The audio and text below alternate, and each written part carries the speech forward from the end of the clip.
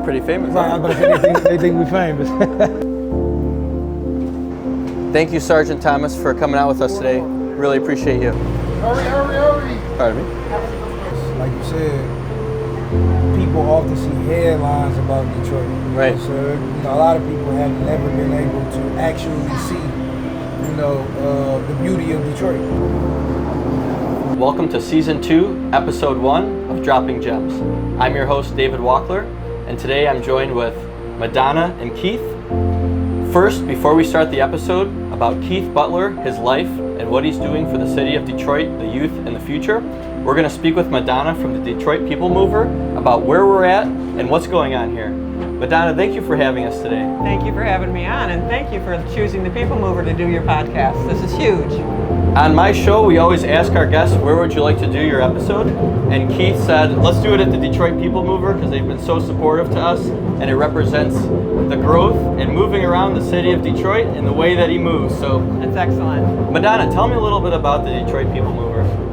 Well, David, we've been around for 38 years. This is actually our 38th year in existence. And the People Mover is an automated train system, totally electric, that travels around a 3-mile track that's above the city of Detroit. Our guideway is anywhere from 20 feet above the street to 65 feet above the street. We have 13 stations where people can get on and off, and they can get to the destinations in the core downtown district. We also are very close with the Q line, so if you want to go a little farther than downtown, you can get off at our Grand Circus Park station and you can jump on the Q line and take it up north or south. We're also, for anybody who's traveling to a football game or to a Tigers game, you can get off at our Broadway station and you're literally minutes away, just a couple blocks. Wow. But the great thing about the People Mover is we are the best way to move people around Detroit. And even if you don't want to get around Detroit, you just want to see Detroit from the bird's eye view, it's an amazing way to see Detroit because you're not stuck in any traffic. You see the river, you see the buildings, and the history that's here in Detroit. For example, the history in our stations, for example, every station has artwork that was commissioned 38 years ago when we were built, and at that time, it was valued at over $2 million.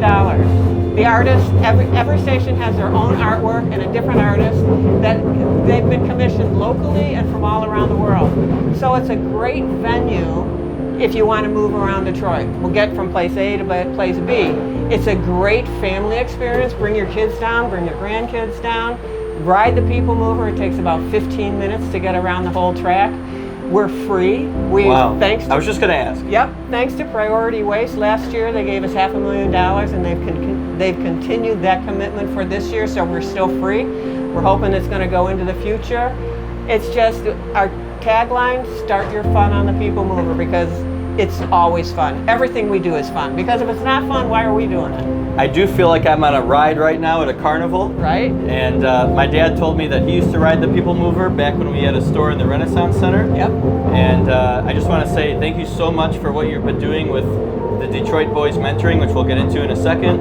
We love Keith Butler and the Detroit Boys Mentoring Club. It's just a phenomenal organization, and what they're doing for the youth in this city is just absolutely incredible. So that's why honored. we're here. Every dollar that you donate to this organization goes right into the minds and pockets of these kids and changes the world one child at a time. With the Detroit Boys, you're not just giving to an organization or giving to a person. You're not giving to me, but you're giving to over 500 youth right here in the city of Detroit. It goes back to several of our programs. Number one, our financial literacy programming, where we literally have a partnership with First Merchants Bank, and the boys gets deposits through profit sharing, through merch that we sell, and through other programming that we do to teach them how to make the money, save the money, and invest the money. We also have entrepreneurship programming, again, a part of our merch. We also have coding and digital literacy, so they're learning drones, they're learning 3D printing, they're learning gaming, and all of the digital literacy that they need to know in order, again, to have access to the industries. We're also, every month, taking them to a different industry, giving them access, letting them talk to not just the people on the ground, but the people up top. And we're going to get to it. It's the Detroit Boys. Ladies and gentlemen, we're here for Season 2, Episode 1 of Dropping Gems. I'm your host, David Wachler, and I'm joined by my dear friend, Keith Butler. Yes, sir. And today, we're going to tell Keith's story Today, this one's a very special episode. They all are to me, but this season is different than the last. Last season, we covered my dear friends and clients and their entrepreneurial journey and lifestyle. This season, we're going to focus on charitable organizations that are doing amazing things around the community. And when I met Keith, he walked in to make his engagement ring with me. Yes, sir. That's part of the theme of my show, is that they're all my clients who visit me on this show. But what I learned about Keith really stuck with me, and I knew that eventually I'd have to tell his story because it was weighing on me to get it out to the world.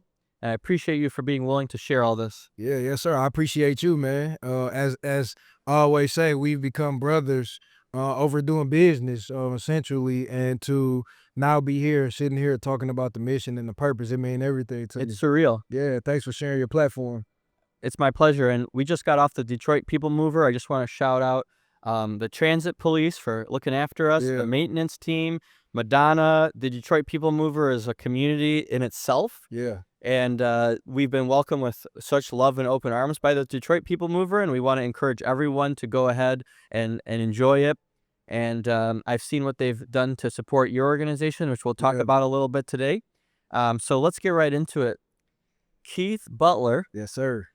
Let's start with the beginning of your life. Yeah. Because to understand who Keith is and what he's doing and why he's doing what he's doing, we want to go back to day one. Where were you born? Man, so right here in the city of Detroit, lifelong Detroiter, was born on the east side of Detroit. I grew up in Brightmoor, so I got an opportunity to see and kind of feel both sides of the culture of Detroit. But yeah, Detroit is my heart, my life. This is why we doing everything we doing here in the city, because it's done so much for us. So yeah. And tell me a little bit about what life was like growing up for you. Some of your earliest memories that stuck with you that you could feel helped form you. Yeah, I had a pretty good balanced life. Good family, right? Like, we obviously grew up in what most would call the hood, but I had a good family. So, you know, I didn't know that I was missing anything or any of that. Obviously, till you get older, you start seeing the world. But I mean, good family, hardworking family. You know, I was taken care of. You obviously have your issues and your ups and downs. That's with any family, no matter where you come from. But, you know, again, we grew up in the 90s. Detroit was a great place, right? A wonderful place. Families, homeowners, you know, neighborhoods were great. It was a great place to grow up. Then when, you know, I started to, you know, become an adult, I graduated from high school 2005-ish. Martin Luther King High School, best high school in the city, by the way. But you know, those are hard times. So, like, you know, that's when the recession hit and the housing recession hit. So, you know, those families that I just talked about started losing houses. The neighborhood started becoming desolate. So, you know, my young adulthood in the city of Detroit was a little bit different than my childhood coming up in the city of Detroit. Yeah. So there were some changes going on throughout your life. Yeah. And you had a really good foundation, it sounds like. Yeah, I did. With a lot of love. I did. And it's no wonder, because you're someone who constantly emits a lot of love. Yeah. And that's what, when I first met you, I'm like, I got to get this guy.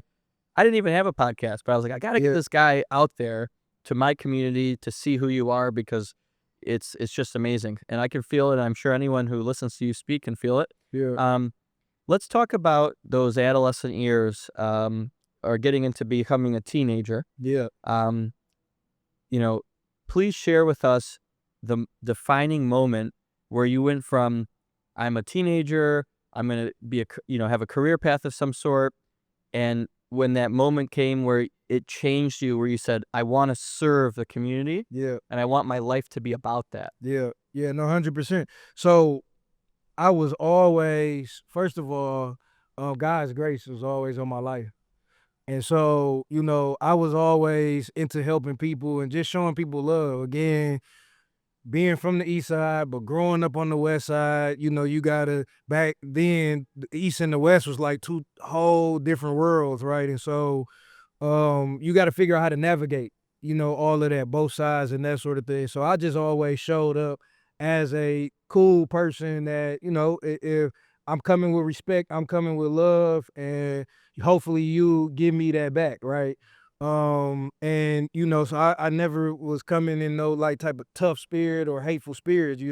But if we gotta, if I gotta protect myself or whatever, we go do that too. But I'm always coming in love and in God's love. And so, um, fast forward again, running around the neighborhood and that sort of thing. It was always you kind of always walking the tightrope of you can go left or you can go right. And so you got to figure out how to navigate that as a young man growing up. So, fast forward, graduate high school, and that sort of thing. I didn't go right to school, and so I was just outside trying to figure life out, trying to figure out what it was going to be. Did you have a plan? I didn't really have a plan. I knew I was going to own a business, which is why I'm like, I ain't going to school. I'm gonna own a business, right? Like, my mom was an entrepreneur. She owned the hair salon my whole life. My dad was kind of like a serial entrepreneur as well. And so, I didn't necessarily have a step-by-step plan, but I knew I was going to do something positive. And I knew I was going to do something in business. I just didn't know what at the time. So we started with clothes. Like I actually started with clothes, making t-shirts. My first business was Bible clothing, which meant be important by looking eloquent.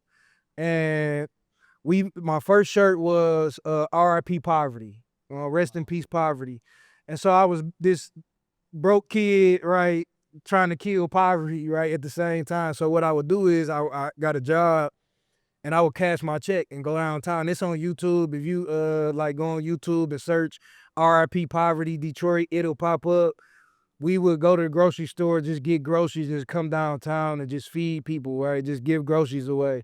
I was probably 18, 19 years old, broke myself, but again, that was just, I always knew I wanted to help people in some type of way or shape or capacity. So that's how we got our start, right? Like that was the seed. Then 2011, I had my son, right? So that was a positive moment in my life. That was really the moment that I kind of healed from all of the stuff that went on in my adolescent life. Like my dad kind of being in and out, and it was really just because him and my mom got a divorce. And, back then, he was just on the go trying to figure out his life and figure out what he was going to do and being young. So, but, as a young boy, that hurt when you trying to become a man. I saw some abuse in the household with, my mom's new boyfriend. And, again, a lot of the things that as a man can make you angry, can sow those seeds of anger and sow those seeds of whatever, drug addiction, whatever, trying to cope with those things, right? So that's why I always speak on God's grace, because some of the stuff that I went through, to end up here at 38, be working for the mayor. I don't want to skip forward and fast forward the story. As much as you like. But to be working for the mayor, to have an organization that people actually want to hear about and support. And I mean, we have so many kids across the city and state. And then just to be, have relationships around the city, around the state, even outside of the state, people that I love and that love me that I didn't grow up with, but they just love what we're doing. It's a blessing from where I come from. Like that's a blessing to be able to, especially when nobody put us in position to do this. Like it was all off instinct. And again, just trying to do the right thing and trying energy. to navigate. Yeah, energy. So people love love, and you emit love. Yeah, 100%, 100%. Keith, let's go back to, there's something that happened in your past that I know about. Yeah. That, I hate to bring it up, but I think it's important for people to hear it because, again, this episode is going to bring attention and understanding to what you're doing across the globe. Yeah. And hopefully it goes viral, and hopefully people from all over join the Detroit Boys Club, the Detroit Boys Mentoring Club, because you can join, and we'll tell you about it soon. Yeah. There was something that happened. You mentioned a lot of difficult things. Yeah. And I'm sure a lot of people could relate to that from anywhere. But there was something that happened. And before you tell us what happened, tell us about your relationship with your siblings. How many siblings did you have? Yeah. So from my mom's side, I had one little sister. Then on my dad's side, I had a little brother, an older sister, another younger sister, And then funny enough, a sister that we all just found out that was his like 30 something years later. He didn't Wow. have a clue. So that's a crazy story in itself. Like that was last year, so still finding out about siblings. But so yeah, so little sister on my mother's side, and then from my dad's side, 4 siblings as well. So a family of love. Even though it's different sides, like a family of love, and we got together as much as we could, and that sort of thing. Where was your age in all this? How So old were you? I was the first son. I was the second child. So Okay. it was me. No, it was my big sister on my dad's side, and then it was me. And from there. So yeah, second child, first son. Obviously. So again, I did have a lot of love. Again, we was as I get older and I'm a father and I'm a husband, I start to kind of realize how hard it really is, right? And how it's easy to make mistakes and like when you're trying to figure out your life young. And so some of the stuff that did hurt and that sort of thing that even my parents went through, as you get older, you realize, right? Like they did the best they could for real. And they put me in position to be to be able to be a what I believe is a good guy. Great guy, leader. Thank you. Thank you. Okay, so now if you don't mind, share that moment that changed everything. Yeah. So about 10 months after my son was born, my son was born November 17th of 2011. So September 11th of 2012, regular day, great day. So let me rewind. At the time my family was building a nonprofit through what most remember as No Child Left Behind.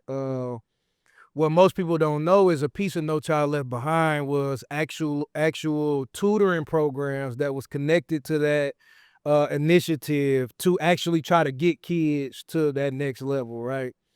And so my family, my uncle, aunt had started a program. I went to work for them. At this point, I had been a few years removed from seeing my little brother. My dad had again, him and my brother's mom had kind of went their own separate ways. He was still active in my little brother's life, but I was becoming, older and just doing my thing on the west side, he on the east side. We didn't have FaceTime and stuff back like that back then. So we talked, but I was several years removed from seeing him and actually spending a bunch of time with him. I'm at King High School, which is I also graduated from as well in 2005. And I'm talking to this young kid and I'm telling him all the things we're doing with the tutoring program. And I'm like, man, something in my spirit, like, man, this kid, I know this kid from somewhere. So I'm like, what's your name? And he like, Keon Phillips. And I'm like, I just laughed. And he like, are you my brother? And I'm like, you my brother.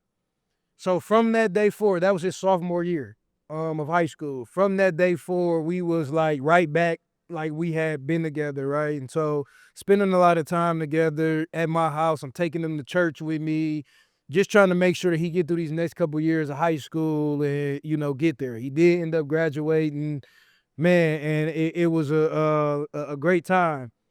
September 11th, that same year after he graduated, a couple months went by. I remember this vividly, and it is I always this is kind of the foundation of where we're at now, because I remember he called me and asked, could he come live with me, because he was just trying to get out of some of the environments that he was in, where he was at, and that sort of thing. But again, I had just had my son.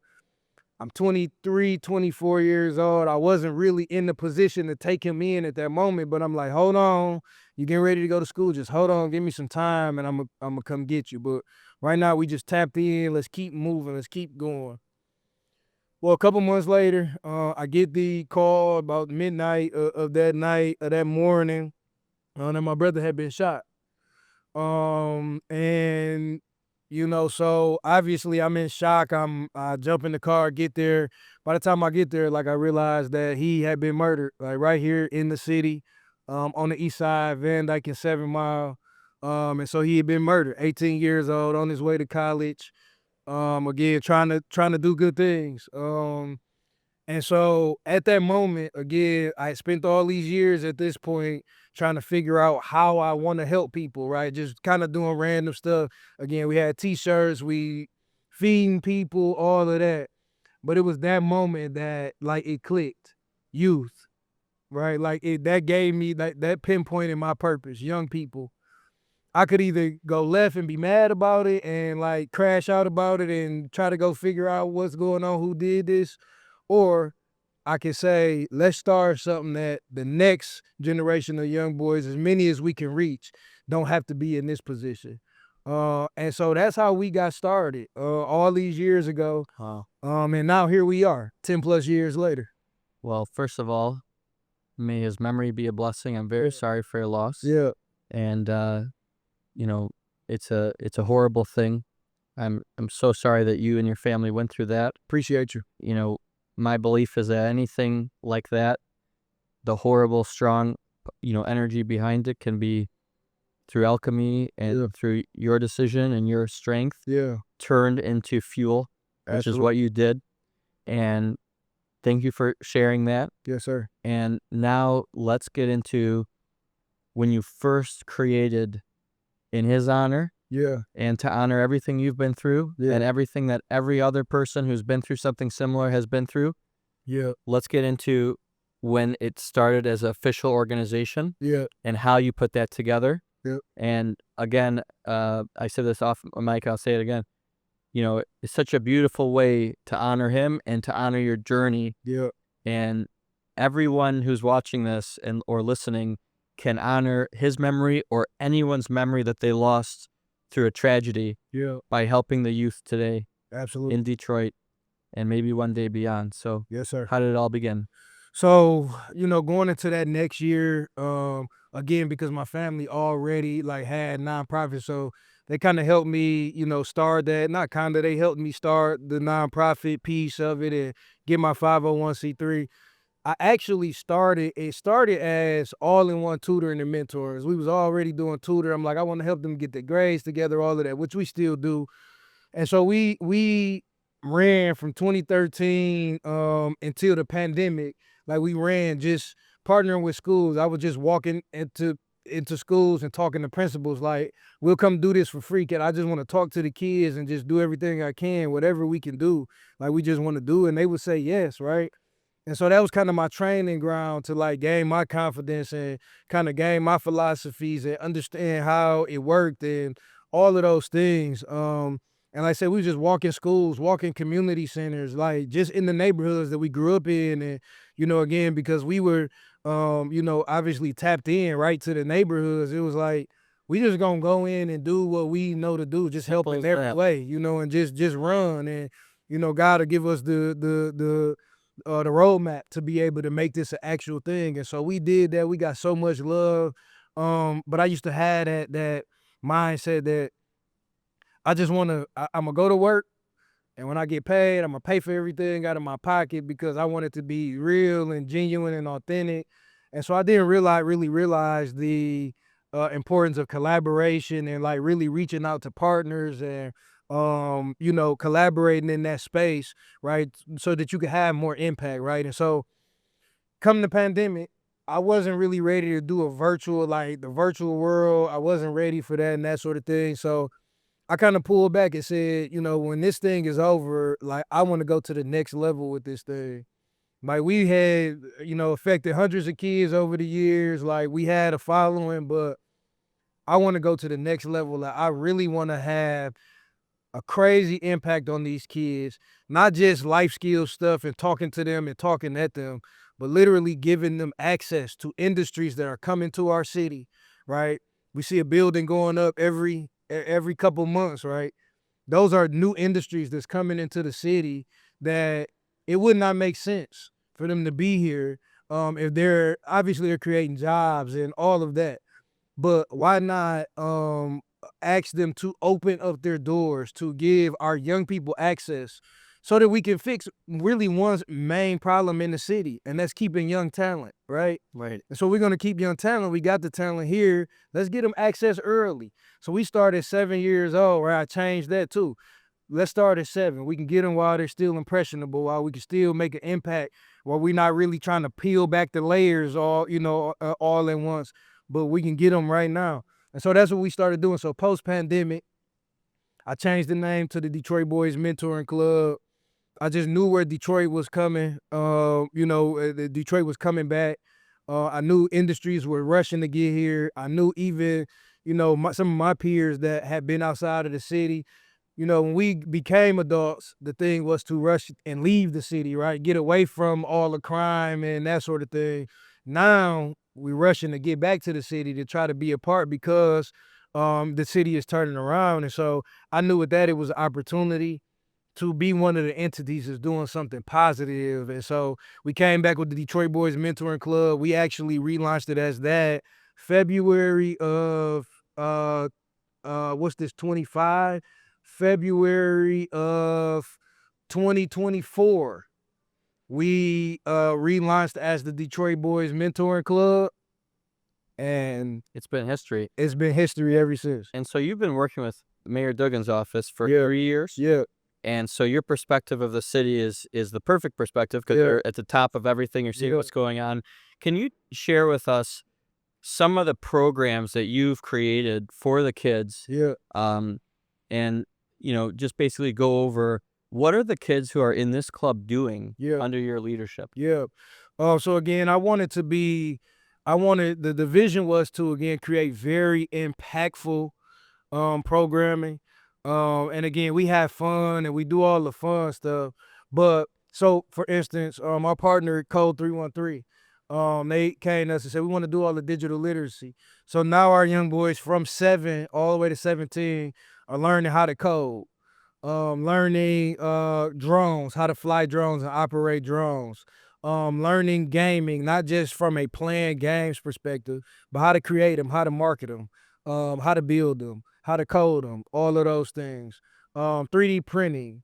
Again, industries that are AI, right? Industries that, Amazing. again, as they become adults, these are going to be the leading industries, And you mentioned on the People Mover about the banking side of things, which is something that's so important. Yeah. Can you share a little bit about how you created that? Yeah. So our motto, just to kind of frame this, our motto is the streets can't have them, the prisons can't have them, and the graves can't have them. I love that. If that is going to be true, if I'm going to be not made to be a liar, right, about that, I have to give them access to learn how to not just make money, Right. but to save money, to invest money, right, and know how to keep their money. So we did a partnership with First Merchants Bank. And with that, what we did was an entrepreneurship and financial literacy piece. So we built our merch line, the Detroit Boys clothing. Our boys learned how to, they made logos. They learned how to outsource the merchandise, source the materials. They learned the printing.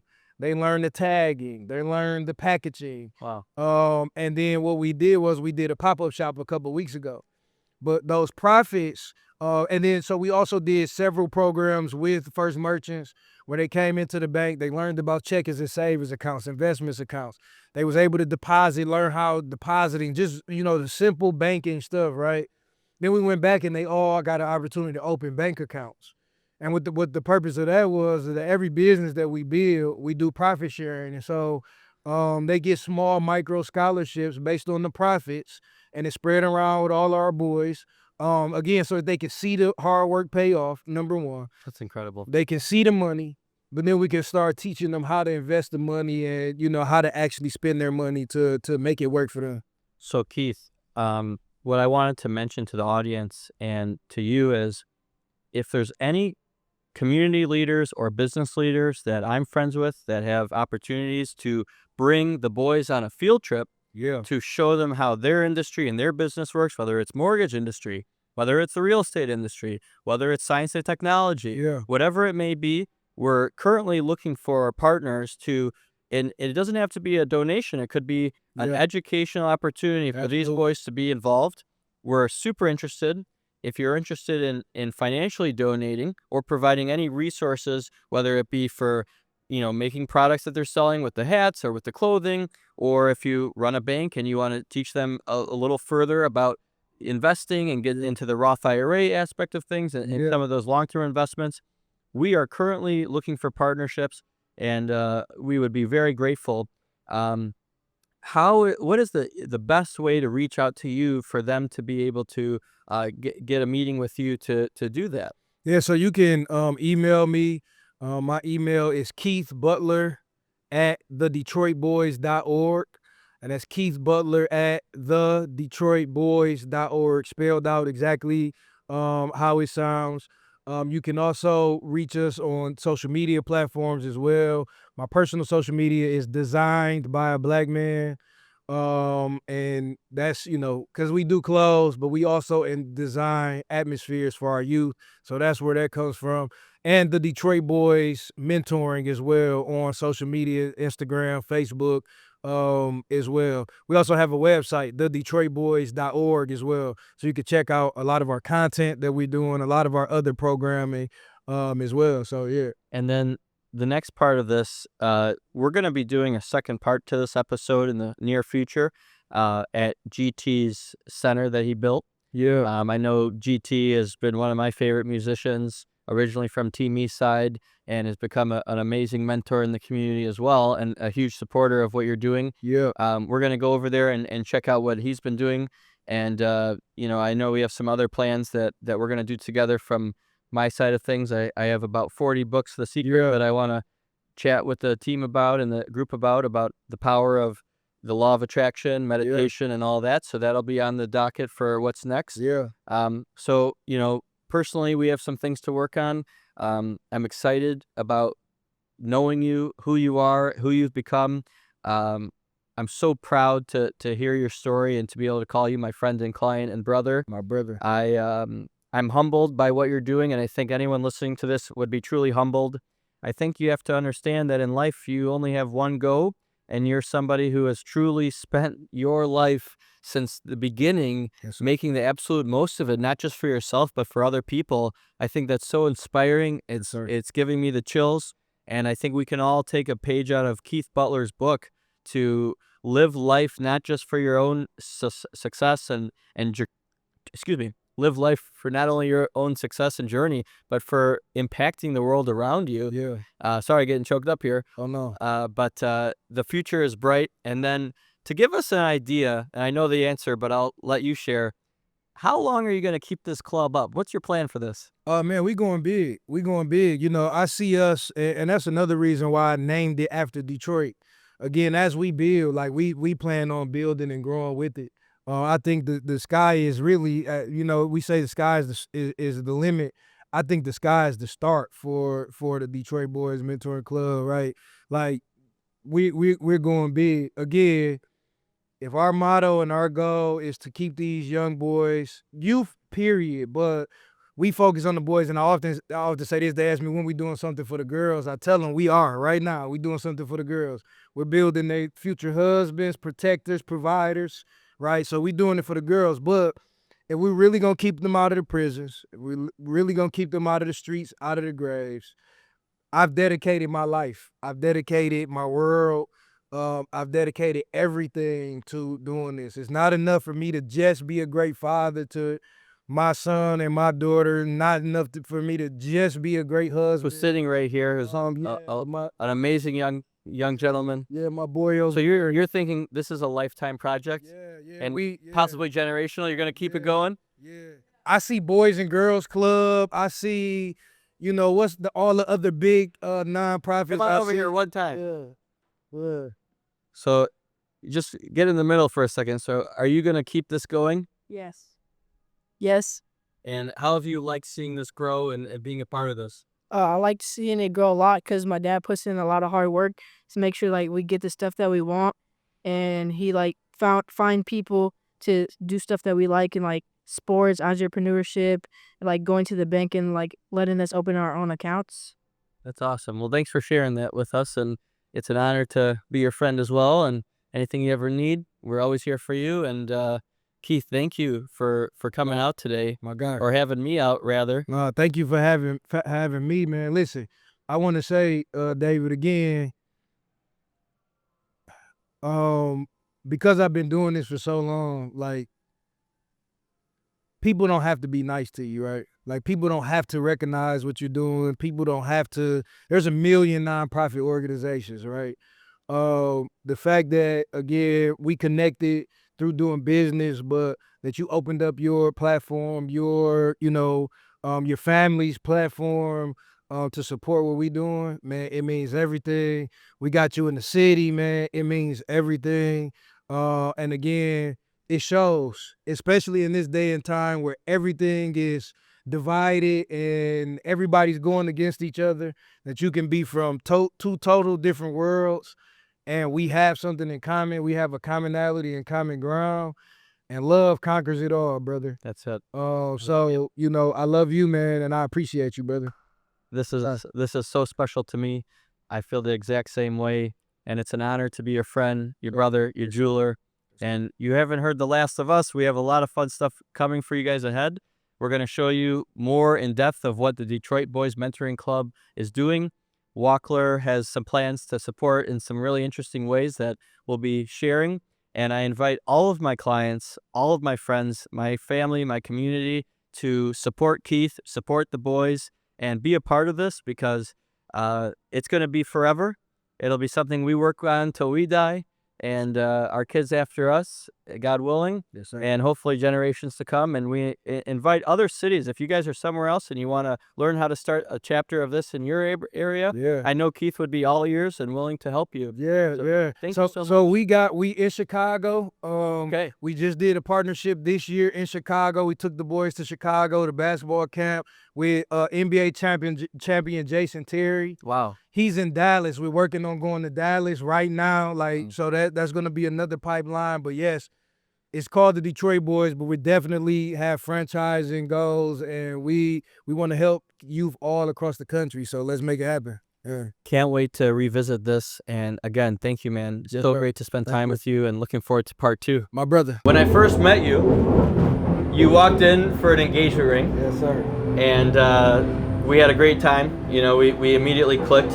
And when I started to find out about what you were doing, I looked at my dad. I said, this is the guy. I said, we got to get involved with this. Yes, sir. And I think what's cool about Keith and why he's my first guest on the season 2 is that he's in the work every day.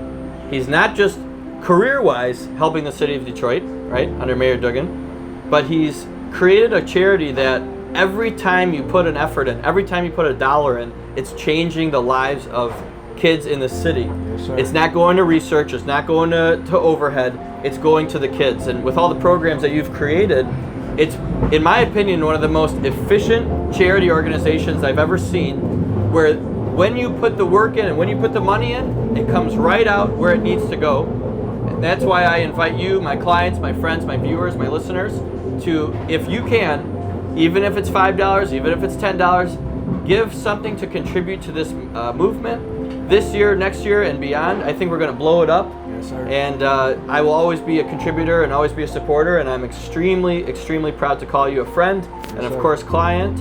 And I'm grateful that, I was born into this jewelry business so I can meet people like you, Yes, sir. so we can bring the, change that the world needs to see. So good on to you, and I hope this inspires people around the world to, when you're making those tax-deductible donations, when you're taking that little extra and giving tzedakah and charity, give it to somebody who's making a difference every day, and make sure your money's going to the right place. I couldn't think of a better place to support. Man, and that means everything, David, for real. You don't know. We've been doing this since 2012. And so I tell you, it has not been easy to get to where we are now today, where we're able to have so much programming that is impactful. Because, the city used to be a city where if you wasn't on the in crowd or know what's going on, you just don't know, right? And so now the city is softening up, where we collaborating and helping each other and that sort of thing. But again, like you said, we met when I was getting married, and my wife wanted a very specific jewel, a very specific ring, and she really wanted it from a very specific person, for real. And so when I came to see you, man, it was nothing but love. We already had, mutual connections and that sort of thing from, the people that you already work with.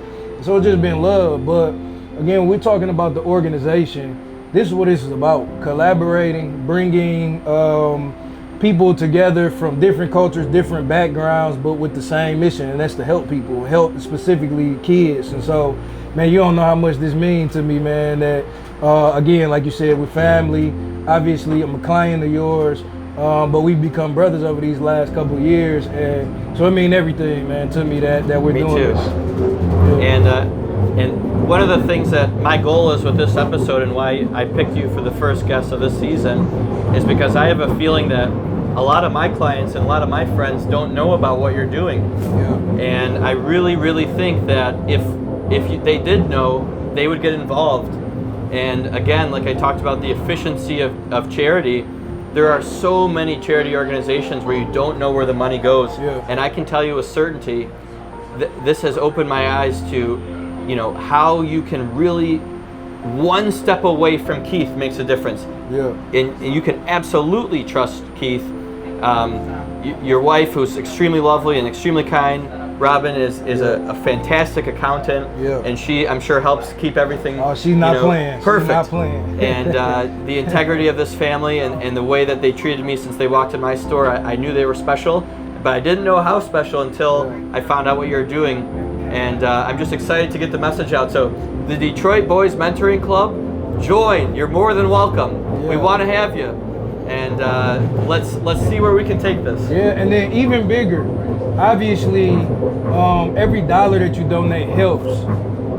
But if you have something if you have a skill, a God-given purpose, whatever it is that you do professionally, if you have access to industries, that helps too.